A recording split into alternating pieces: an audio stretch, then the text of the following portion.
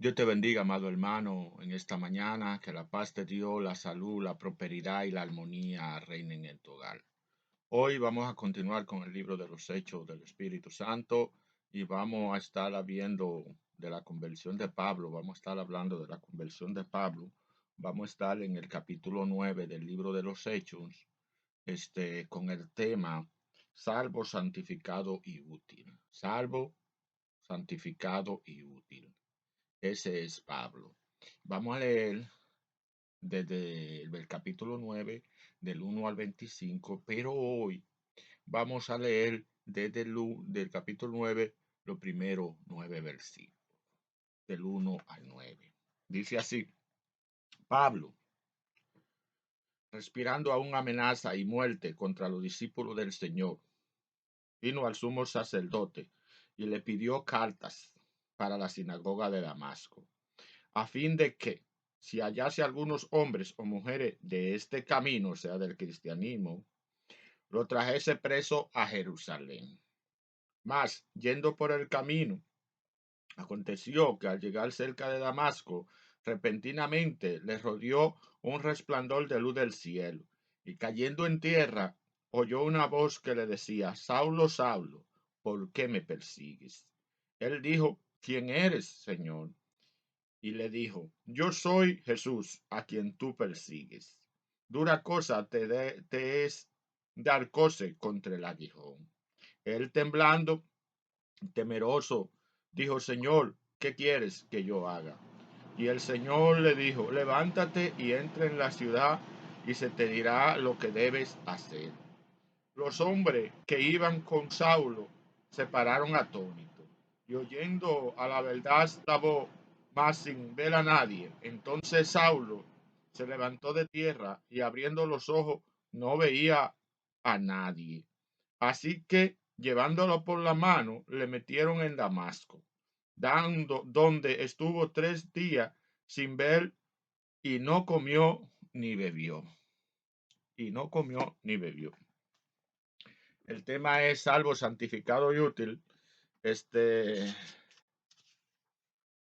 Cuando se dice carta, la carta, esto eran documentos que conferían autoridad especial al portador para arrestar a judíos bajo la jurisdicción del sumo sacerdote o del Sanedrín. Era que quería autoridad. En esta lección nos brinda la oportunidad de someter nuestras convicciones religiosas a un profundo escrutinio. Nuestra posesión e ideas religiosas pueden llegar a ser tan dominantes que cieguen nuestro entendimiento y sensibilidad espiritual. Saulo no se levantó en contra del camino, como llamaban a todo el nuevo movimiento cristiano, simplemente porque odiara a los creyentes. Este celoso y enérgico fariseo se levantó en contra del movimiento cristiano porque él estaba convencido que ellos eran un grupo herético que estaban amenazando la pureza doctrinal del judaísmo. Saulo era un creyente firme en el Dios que adoraba el judaísmo. La furia que dominaba a Saulo era el producto de su convicción religiosa, que le guiaba a rechazar todo lo que parecía estar en contra de las enseñanzas judías.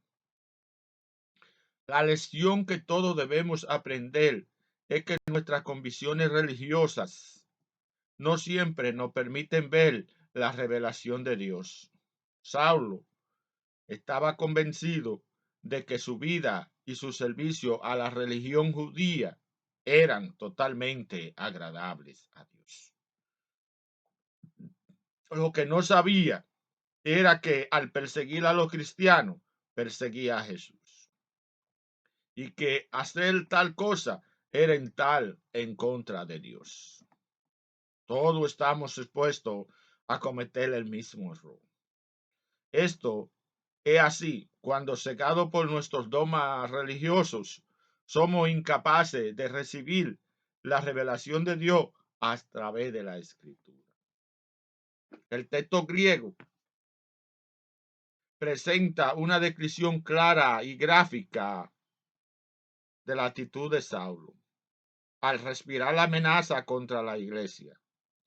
Lucas usa un modismo común en el idioma popular, con el auxilio del verbo respirar, para indicar un deseo o una motivación vehemente de destruir por completo aquello que es considerado insoportable.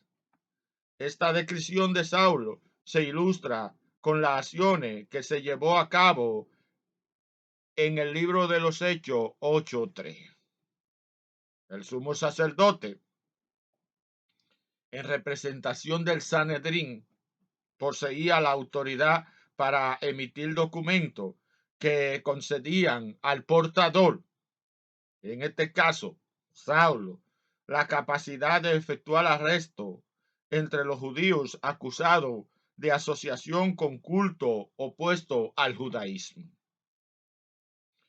Aun cuando la ciudad de Damasco estaba en territorio sirio, los judíos en aquella región o en cualquier otra siempre estaban sujetos a la autoridad del sumo sacerdote y del Sanedrín, que el Papa de la Iglesia Romana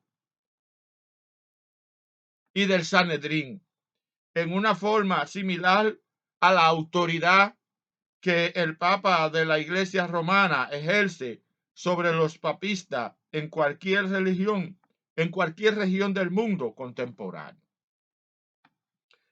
Una vez más, debemos enfatizar el hecho de que Saulo no se consideraba a sí mismo un enemigo de Dios y del mensaje divino.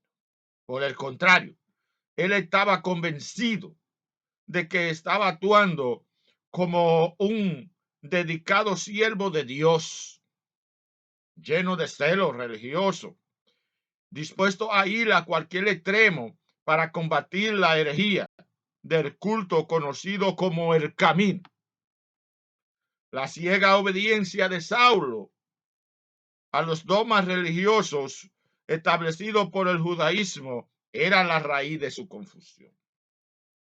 Con esto en mente, es posible deducir que tal vez esta obediencia o dedicación de Saulo, aun cuando tenía una meta equivocada, fue uno de los factores que contribuyeron para que Dios lo eligiera como instrumento escogido, según los libros de los Hechos 9:15.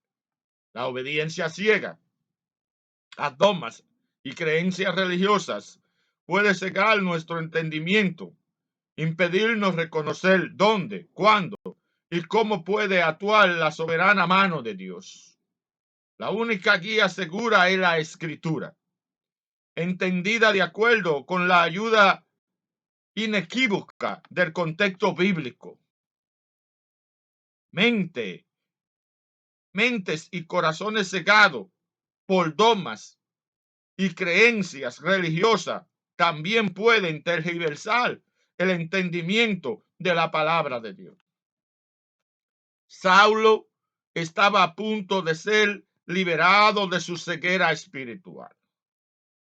Las tinieblas que rodeaban su entendimiento estaban a punto de ser disipadas por la luz radiante de la dirección divina.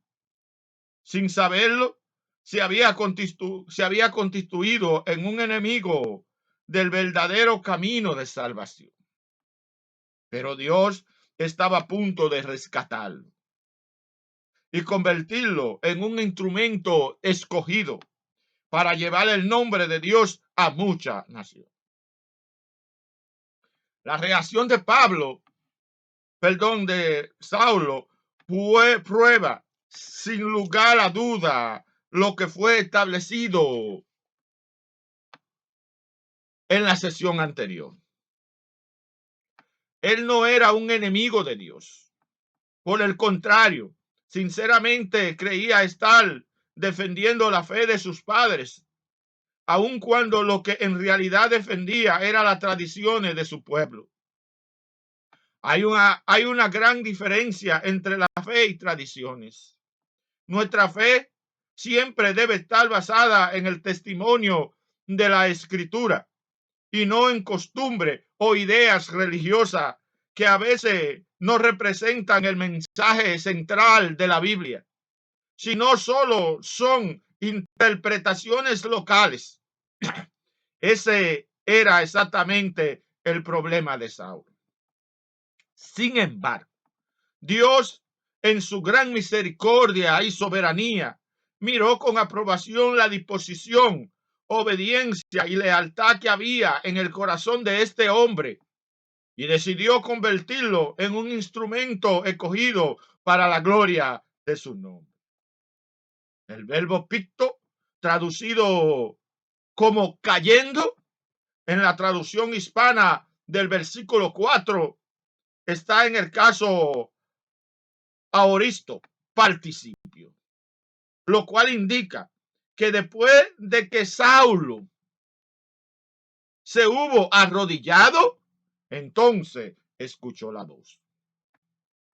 A veces la traducción en español da la impresión de que Saulo escuchó la voz al mismo tiempo que caía al suelo. Esta interpretación no es correcta.